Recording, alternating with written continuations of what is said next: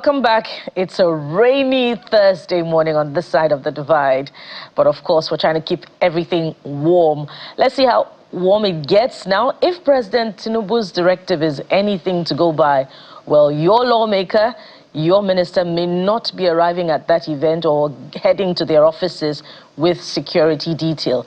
Let's find out how the lawmakers are reacting to it, of course, beyond what you have seen on, from reports from the National Assembly.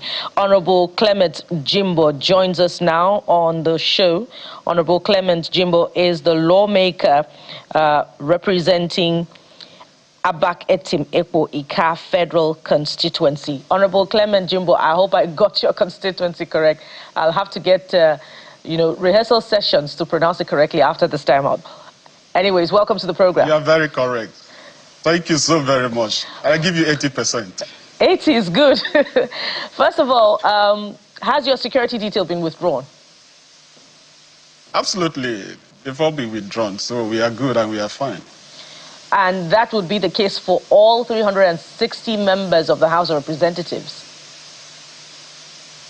I can't confirm that, but I can speak for myself. As of last week, I got an instruction from the Commissioner of Police in Akwa Ibom State that, based on the directives of Mr. President through the IGP, that all the police attached to us should be withdrawn. So immediately I instructed my commandant to comply with the directives. And as we speak, they've all been deployed back to their beds.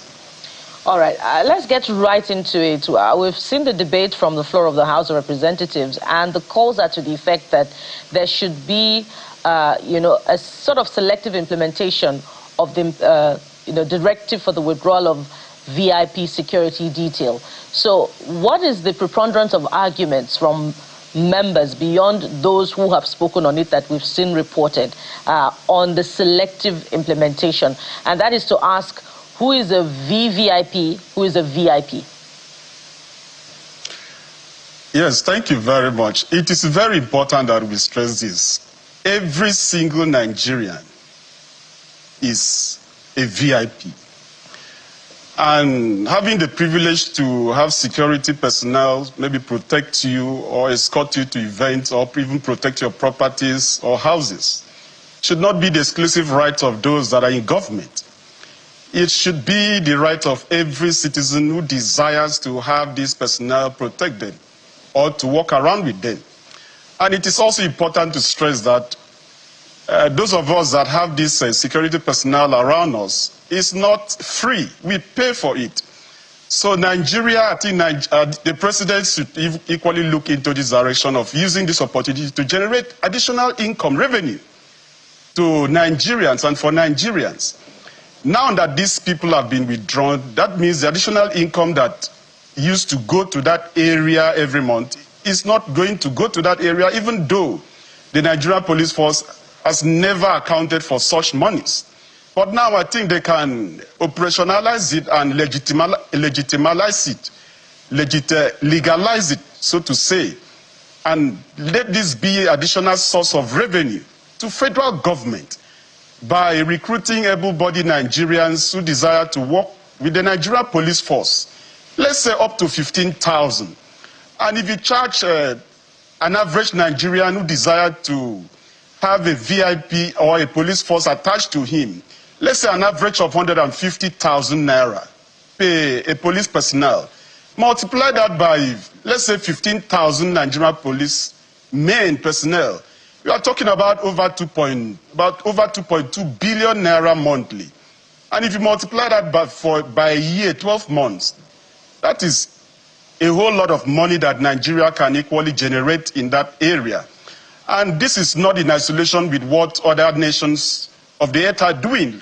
For example, in South Africa. South Africa in just 2023 generated over 4 trillion naira from their private security personnel. And what is the population size of South Africa? About 65 million. That is almost like 4 times the size of Nigeria's population, which is over 230-something million.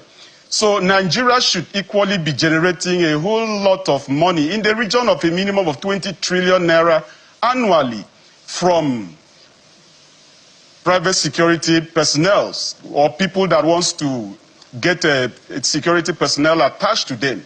It should not be the exclusive right of those that are manning different offices. So that's my take.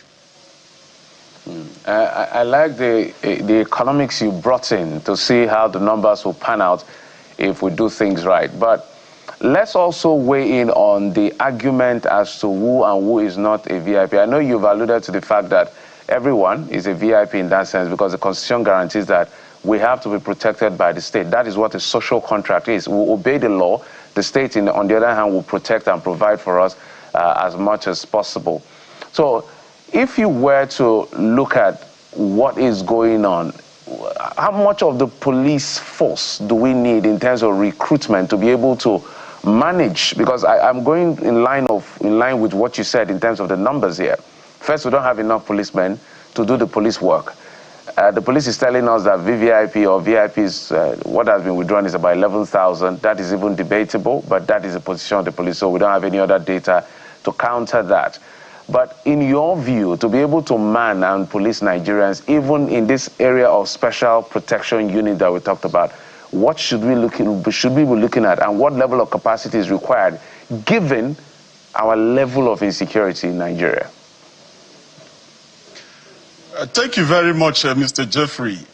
Let's give a background to it constitutionally wise. Section 14, subsection 2B, to be very specific, talks about the general purpose, the specific purpose of governance, of government, which is the availability of welfare, protection of availability of welfare and security for the people.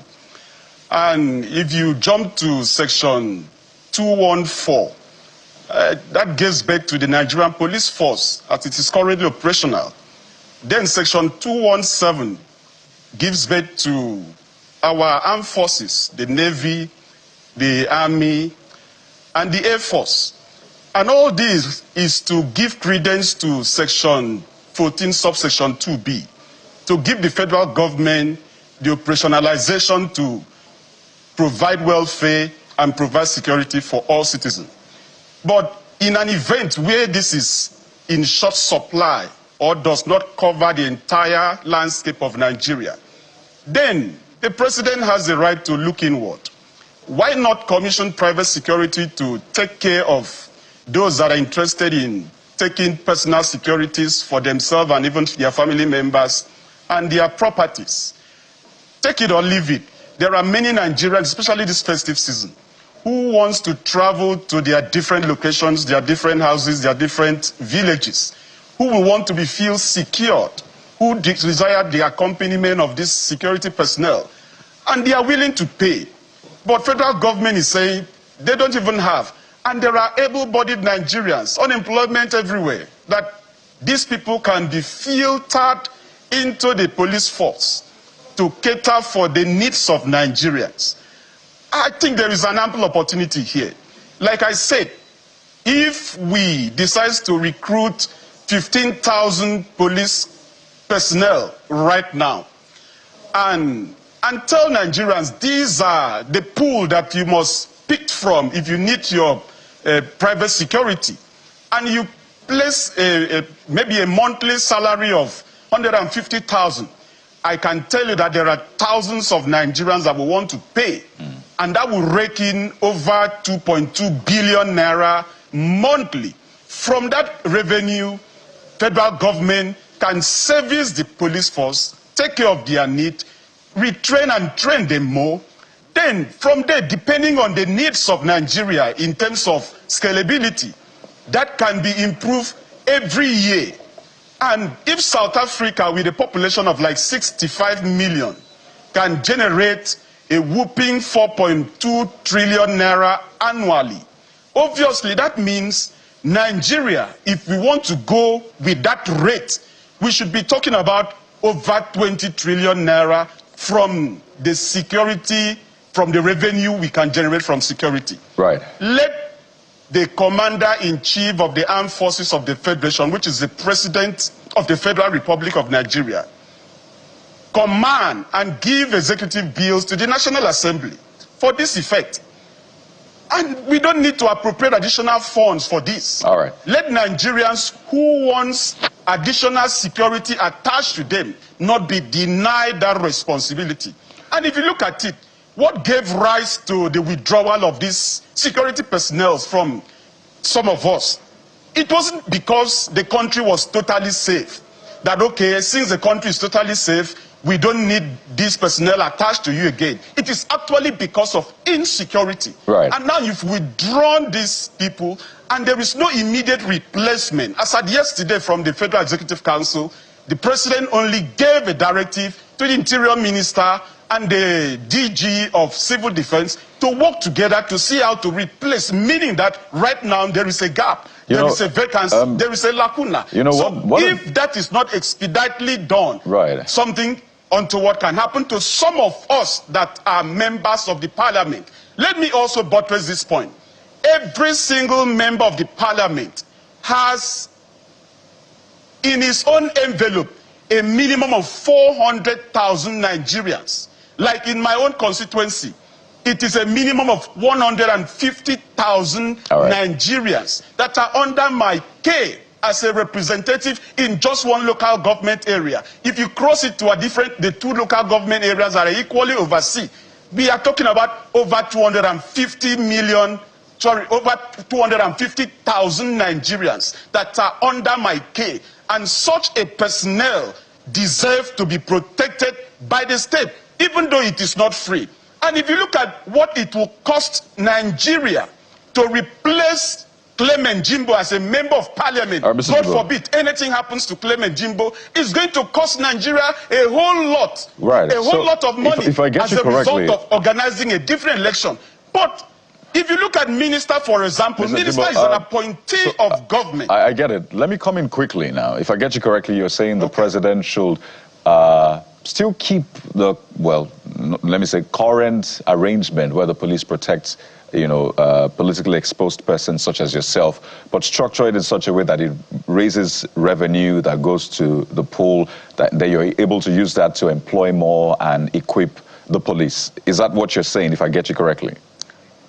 Absolutely, very correct. Good. So the president, as you alluded to, said the Minister of Interior and the head of NSCDC should work and ensure that you get the protection you need. And I want you to see this from the point of view of everyday Nigerians who have been left without security because majority of the security is now attached to VIPs, politically exposed persons. For them, they're thinking, wait, you are just experiencing in 2 days what we've been experiencing for years. So now you understand how we have been feeling and how we feel on a daily basis when we're attacked and there is no sort of protection.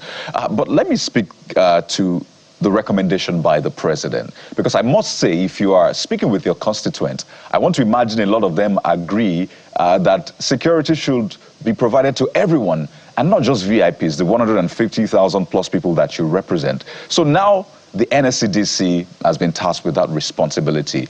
I don't know if you and your colleagues have had interface with the NSCDC, but why aren't you championing private security, for example? Why aren't you saying, let us have a law, a bill that is able to empower the private security industry to protect us? I mean, look at South Africa. I don't know if you mentioned South Africa earlier, but that is a case that a lot of people have referenced, and it's worth, I mean, it's business at the end of the day, right? So why aren't lawmakers looking in that direction? Why must it be police, police, police? Okay, thank you very much, my very good brother. Let me throw a little light in your introduction and shed a light on those gray areas. For Clement Jimbo seated down here, I don't feel insecure. I'm a product of the people. My people voted for me, elected me to represent them. But the reason why we apply for and have this police protection, so to say, is not because anybody is going to attack or harm me. It's simply because they assist us in protocol, like going into an event that is crowded. This is part of the responsibilities that we enjoy from them. They clear the road, or we are on our en route to a function and the road is blocked.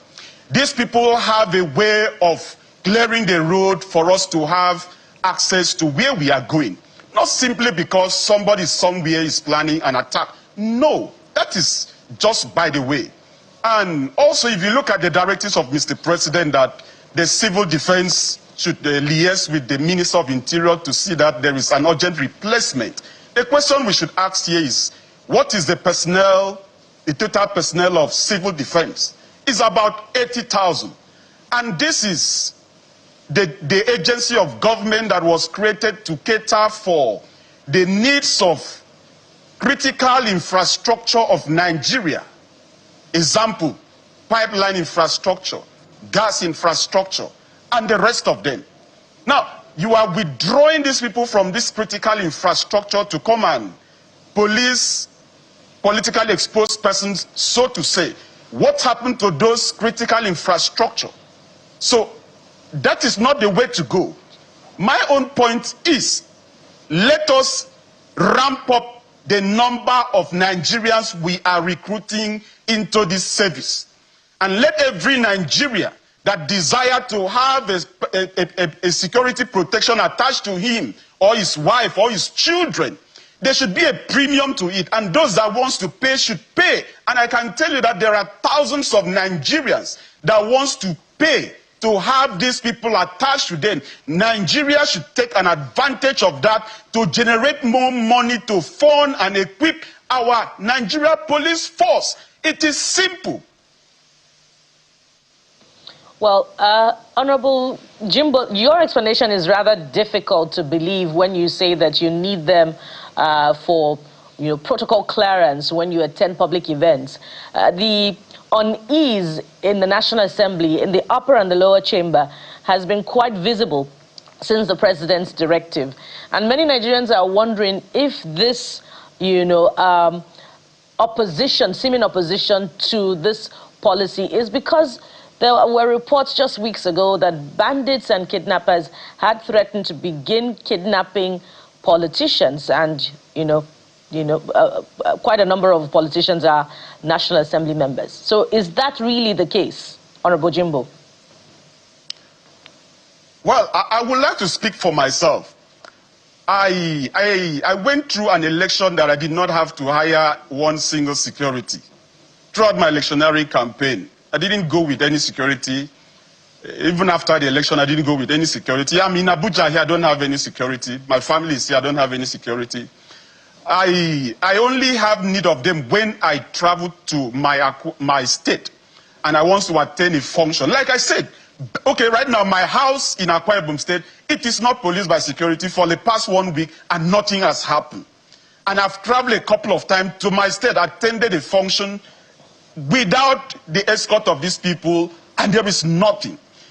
Let's take it for the fact that we in the South, we are blessed that the level of insecurity we face in the South is minimal as compared to what we witness and see in the North. So withdrawing these security personnel from many of our colleagues, senators, House of Reps members from the North, you are further exposing them to insecurity, and their lives could be at danger. And don't forget, Section 12 or Section 14, subsection 2B, gives clear that the primary responsibility of government is welfare and security. So if federal government is failing in this very constitutional provision, and anything happens to a lawmaker as a result of this very directive of Mr. President, of course, Mr. President should be held accountable, because there is no need. There are able-bodied Nigerians that wants to join the Nigeria police force, and they are qualified. Recruit them, and let us that wants personal security to pay. We are not saying fund them. Let us pay and have it. And some Nigerians, able-bodied Nigerians, wealthy Nigerians, bank CEOs, somebody like Aliko Dangote that has what it takes to even employ a battalion of police should pay, take advantage of that to make money. And your colleague asked about sponsoring a bill for us to have private securities. I think that bill is currently in the Senate. But let me say this. There are several bills that have been passed in the Senate that has equally been passed in the House that are on the president's desk waiting assent. And why I propose for it to be an executive bill is because when it is an executive bill, the body language is very clear. The speed with which the executive will want this thing to be passed is very clear, and the parliament will work in consonance with that, and Nigerians will have this sorted out. So the buck stops on the president's deck. I am calling on our president, our dear president, to look in this direction. Take advantage of this very situation, and let's beef up our Nigerian police force up to a minimum of 2 million Nigerian police force, recruited and maintained, and let Nigerians that wants personal security pull from there. And service the nation and equally service the revenue of the nation. It's the same way that the entire population holds the entire federal government responsible for the insecurity situation that has, resulted in the deaths of thousands of Nigerians since 2009. But just before we let you go, please confirm, you said earlier that, the security that was enjoyed hitherto was paid for, and the police has not been accounting for it. The police force. How much went to each security detail from each member of the House of Representatives? Maybe you cannot tell us about the Senate, but how much did each honorable member pay for a security detail? I can speak for myself. Every month when the police personnel were attached to me, I paid 450,000 naira every month. And I said I am not sure that that money goes to the coffers of the federal government. So this money ends up in private pockets.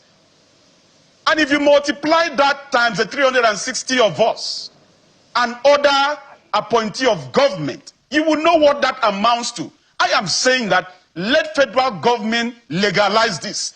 If Clement Jimbo here wants a security, there should be a personalized, or let me say a special account that you pay, obtain receipt, then take it to the Commissioner of Police, they verify, then they detach to deploy to you the number of police personnel that you need to police you. And that should be applicable to every single Nigerian. Well, I have to, seek clarification on this particular one from the force, perhaps through the public relations officer of the police force. But you also paid a stipend to the orderly besides what was paid to the force, right? This is what I paid to the personnel attached to me. Okay. Yes. All right. We must thank you. I place them on my payroll. So every month, that is what goes to them. How they dispense that is totally left to them. But I know they were deployed by the Commissioner of Police to me. So they know that this is what goes to them every month. Is it per person? Is it per orderly? And what percentage of the 450,000 naira went to the force? What percentage went to the orderly?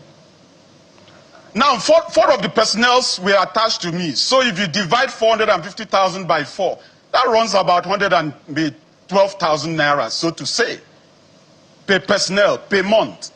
All right. Honorable Clement Jimbo is a member representing Abak Etim Ekwoika Federal Constituency in Akwa Ibom State. Thank you very much for the insights and the information you have provided for us on this one. Thank you very much.